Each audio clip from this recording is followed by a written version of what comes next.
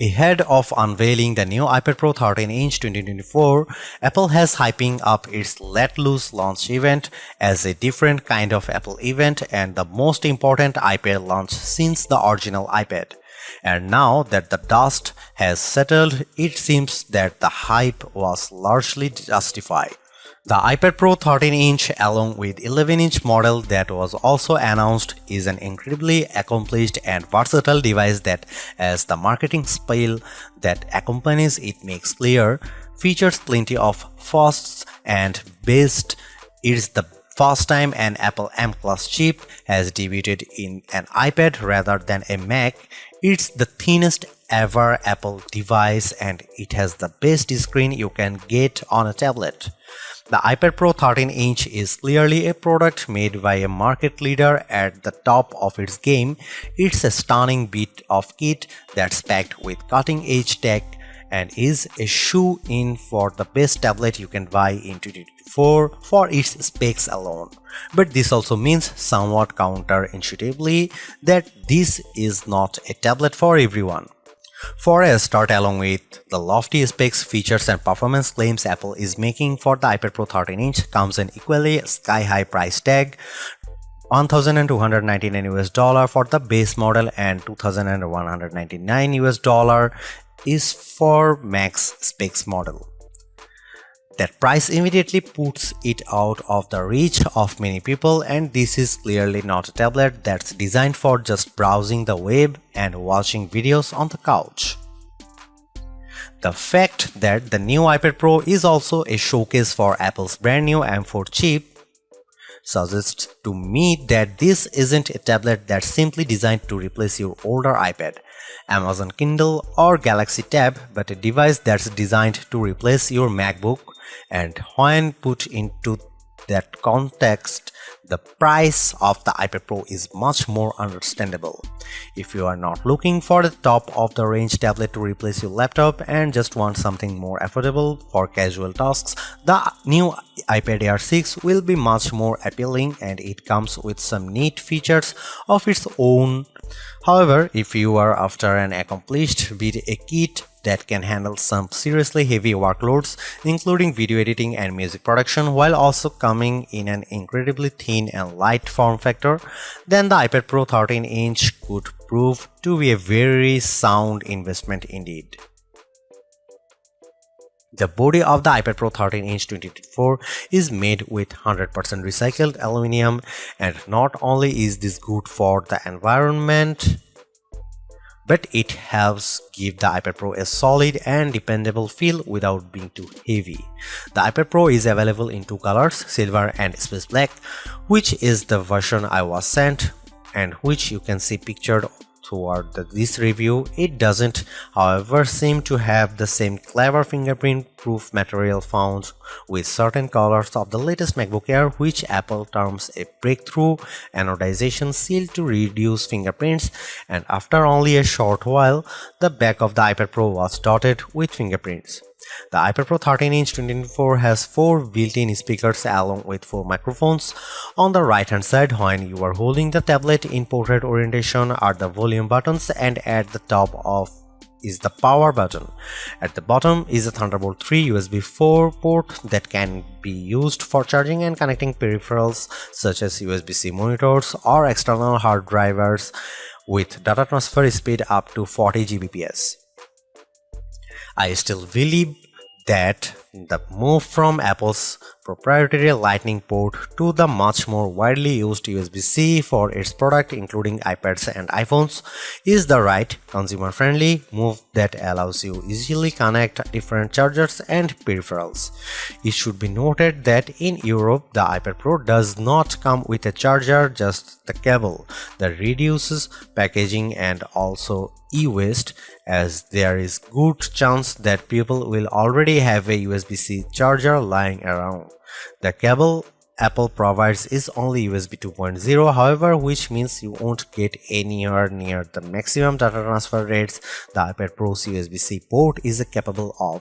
This feels like a bit of a mean decision on Apple's part, especially considering how expensive the iPad Pro 13-inch is. A magnetic smart connector runs along the right-hand side of the iPad Pro 13-inch, and this is used to connect and charge compatible accessories like the new Apple Pencil Pro and Magic Keyboard. The use of this new smart connector, however, means the older Apple Pencil does not work with this iPad Pro. When it comes to the cameras, there is both good and bad news. The good news is that 12-megapixel ultra-wide front camera has been moved to the right-hand side, which means that when you use the iPad Pro in landscape orientation, the camera is at the top of the screen. This makes video calls much more comfortable and intuitive, and logging in via Face ID also feels easier. This is a design upgrade that many iPad Pro owners had been asking for, and it is very welcome. What is less good news, however, is that on the rear cameras, 12-megapixel f1.8 rear camera that can film up to 4K at 60 fps with a LiDAR sensor to assist with autofocus and an adaptive True Tone Flash, which Apple claims improves document scanning by using AI to detect when you are taking shots of a paper document and removing shadows from images by taking multiple shots. Meanwhile, the LiDAR camera is also used for 3D and spatial awareness, allowing the iPad Pro to scan rooms and identify objects, and allows for augmented reality apps to cleverly overlay virtual objects in the real world when you are looking at the iPad Pro's screen. Why isn't this great news? Well, you might notice that the new iPad Pro actually comes with one less rear camera. That's right, the iPad Pro 13-inch 2024 and the 11-inch model don't have the ultra-wide camera found on previous models.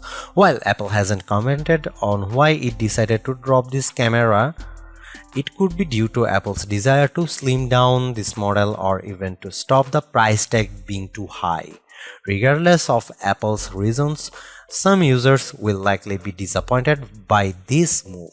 Apple, however, suggests that thanks to the combination of the 12-megapixel camera, the LiDAR sensor, and the M4's image processing prowess, you will still be able to take wide-angle shots that look good. Although, while I am not a professional photographer, I imagine the results won't be able to quite match a dedicated ultra-wide-angle lens. Apart from the new M4 chip, the most exciting thing about the iPad Pro 13-inch is its overhauled display. Compared to the mini LED technology of the previous model's display, the new iPad Pro's OLED tech offers much better contrast, especially for HDR content, and is much brighter too, with a maximum full screen brightness of 1000 nits. Compared to the 1600 nits of the 2022 model.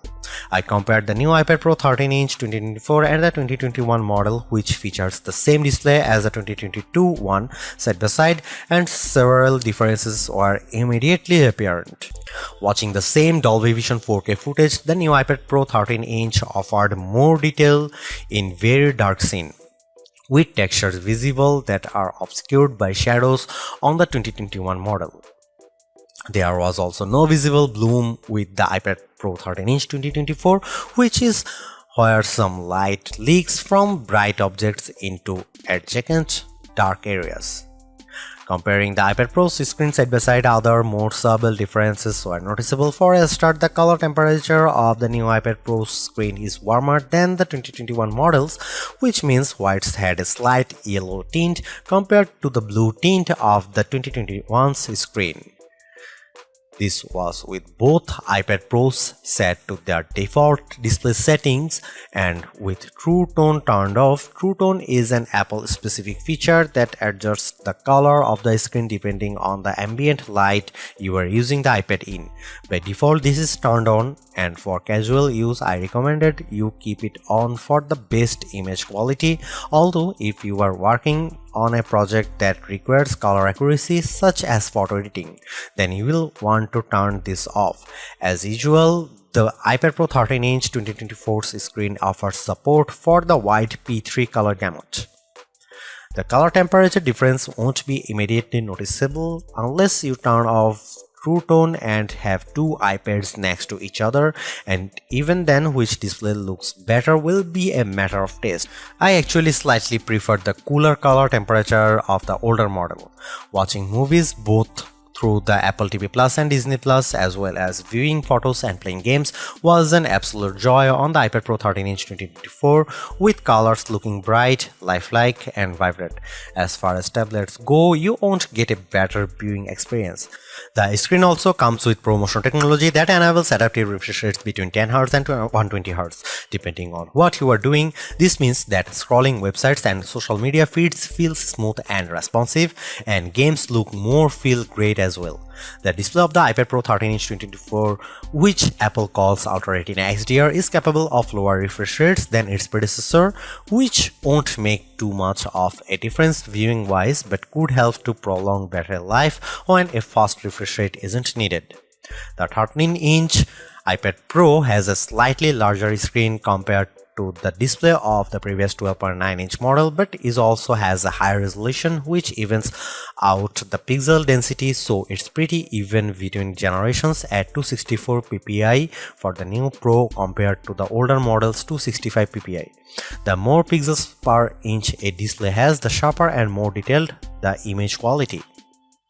The iPad Pro 13-inch 2024 uses some rather unique technology dubbed tandem OLED.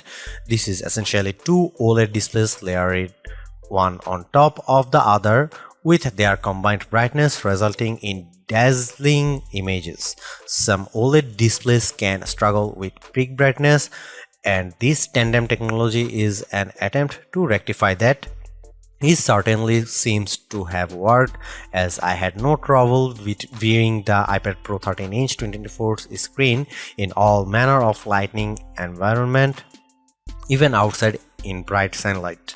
By effectively halving the burden on each panel to display bright pixels, such OLED screens should avoid instances of burn-in, where static images can sometimes remain visible after they have been displayed, an issue that OLEDs can be susceptible to. During my time reviewing the iPad Pro 13-inch 2024, I didn't see any evidence of burn-in, although this isn't necessarily surprising, as it often only starts to appear after many hundreds of hours of use. Regardless, I never worried about it either. The iPad Pro 13-inch 2024 is the best tablet Apple has ever made, and the company has clearly thrown everything at it. You get an amazing OLED screen, a powerful M4 chip, and a ridiculously thin and light design, and if money is no object, this is an incredible bit of kit. However, for the vast majority of us, money is an object, and a very important one, and it's hard to justify the huge price tag unless you are going to be using this as a laptop or desktop replacement for serious creative workloads. If you just want a tablet for relaxing on the couch and scrolling the web, this isn't for you. Check out the new iPad Air 2024 instead.